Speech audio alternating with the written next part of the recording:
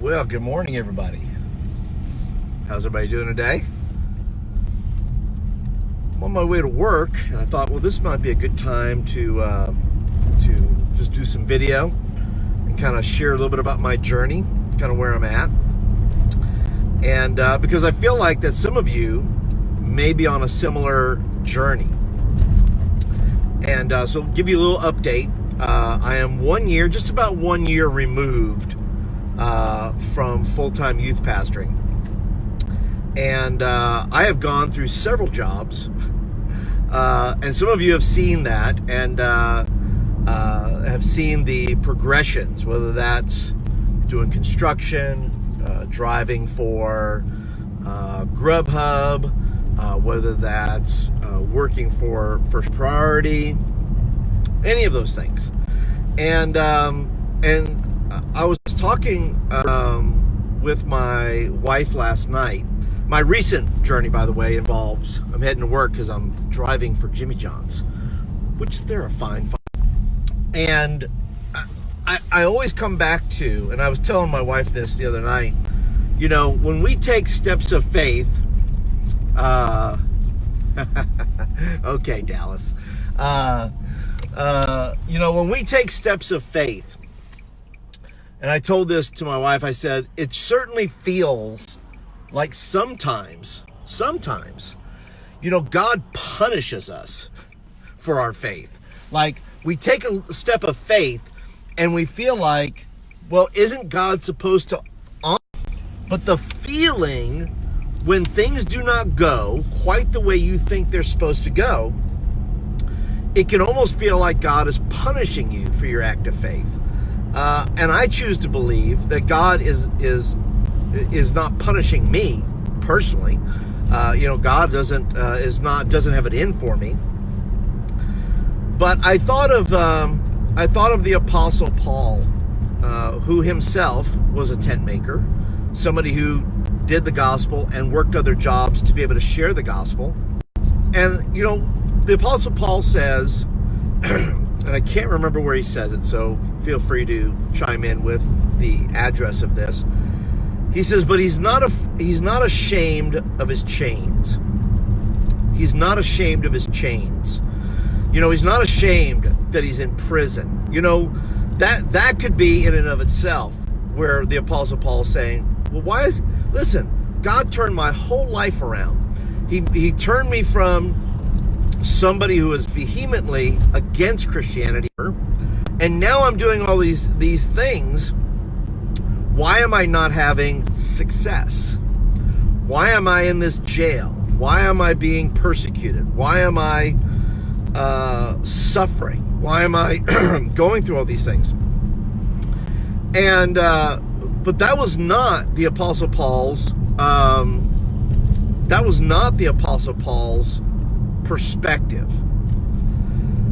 The Apostle Paul,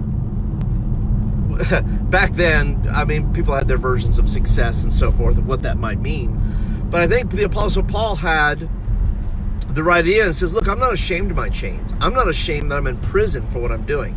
I'm not ashamed of all the problems I've gone through. I'm not ashamed that what God has called me to, that I'm going through what I'm going through. Now, by the way, the Apostle Paul, towards the end, if you read in Acts chapter 8, the Bible says that he lived in his own house. He lived in his own house and boldly proclaimed the gospel without hindrance. And to get to that point was not pleasant. To get to that point was not enjoyable in that regard. Now, Apostle Paul saw lots of miracles. The Apostle Paul saw lots of things. But that last verse there kind of put Paul in his sweet spot to some degree. It says, look, he's gone through all this, and yes, the Apostle Paul eventually died for preaching the gospel and so forth. Yes, but those last years that he spent in this home and being able to preach the gospel unhindered, and people were able to, I just think sometimes, you know, and you could say, well, Paul, you know, you were a successful youth pastor. Why would you leave a job, a secure job, to do what you're doing now? Why would you go through 10 jobs? Why would you go through trying to find all this? Why would you do all these things? And I can't say I can't say why, that this process, but I think everybody's process, everybody goes through a different process. My process is having to work at Jimmy John's. My process is having to do, this tent making work.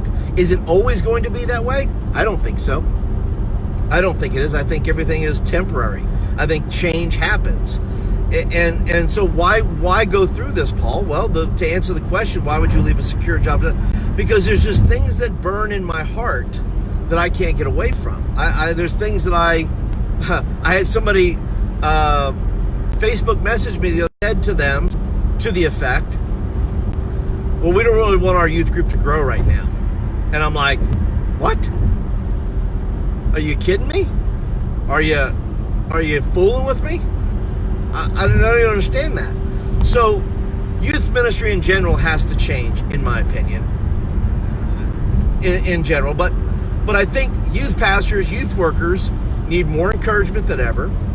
They need more help. They need more resources. They need more things. I mean, that's why I write for them. I do resources like this, like the Youth Ministry Playbook. And if you're a youth worker, you can pick that up over in my store.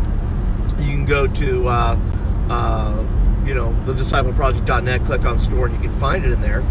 But that's why I'm doing this. Why deliver at Jimmy John's? Why go through all this I don't know. All I know is this, that some of you could feel the same way. You've taken a great risk or a great chance, or you invested money, or I can't, say whether those things are right or wrong for you. I can only say that my decision for me was right. The decision I made for me was right. And your decision may be right. But the problem is that after we make the decision, that the difficulty comes afterwards. The difficulty that comes after our step of faith, it does not always match up to what our ideas of what that should look like. Whether that's great success, whether that should be immediate success, whether that should be whatever that looks like. And people on the outside looking in look at your life and go, well, I don't believe why Paul did this. Or they say of your life, I don't see why they made that decision or made that change or did this thing that seems to be adversely affecting them. And I'm saying to you, listen, like me, the Apostle Paul said, don't be ashamed of your chains. I'm not ashamed that I have to drive for Jimmy John's. I'm not ashamed that I've had to work different jobs. Is it a hardship? Absolutely. There is a price to everything. There's a price to every dream you're going to dream. And I am willing things. All the while, I'm getting invitations to go to Hawaii, which I'm going to Hawaii. I'm going to Kauai, Hawaii. Was invited by my friend Rick to speak there at a youth ministry summit. And when I come back from that, you know what I'm going to do? Go back to work at Jimmy John's. Why? Because that's the life I live right now. So I guess my conclusion of this is this. Don't judge somebody's journey by where they're at right now. Everybody is making, maybe, I don't know. Maybe I will. Maybe that's just the condition. Maybe that's the condition by which I must live. I don't know. But what I do know is this, is that don't judge anybody based on the process. Don't judge yourself on the step of faith you take. It may not work out exactly as you think it will. That step of faith is still honored by God. God is not punishing you. God may be working something out of you. God may try to work something in you. God may say, look, this is what the life of faith looks like. God will always honor his word, and God will always honor real faith. I got to visit my old youth group last night and drop off, the Youth Ministry Playbook to them and say, look, I want you guys to be ready for 2020. And I went back there and I was just blessed that those guys are doing so well, that Susanna and the rest of the team is just doing a super job. And I wasn't like, oh my goodness, they're doing so well without me. Well, that was the whole point of me leaving. that they would do well without me. That's kind of the whole deal. I wanted to raise up leaders like Mason and Susanna to then take the next step with this group. And they're seeing positive growth, which is fantastic. That's what I want to see in every youth ministry. I want to coach guys and girls and raise them up and see them have success. That's the whole point of this journey. It's the whole point of the dream. It's the whole point of taking on those roles. And so I want to encourage you today that if you're taking great steps of faith, you could be quick to judge yourself too soon, to say, well, why is God punishing me for taking a step of faith? He's not punishing you. It's part of the process. It's the fire. It's the fire you must walk through. It's all just part of the deal. I don't know how else to describe it to you other than this. Don't give up on yourself. Don't judge yourself too quickly. Hang on. Trust God. Keep believing. Keep walking through it. And God's going to honor your faith. It may not be as quick as this. It will be honored. And so hopefully in the process here, you never know what's going to happen. I'm going to keep making these updates and sharing with you that I am not ashamed to do what I have to do to feed my family, to pay my bills, to do those things. Am I still preaching? Absolutely. You're welcome to book me anytime you want, by the way, on a Wednesday or a Sunday morning. I'll be happy to do that. I have the weekends off just to do trainings, just to do those things. So if you're in need of somebody, please let me know.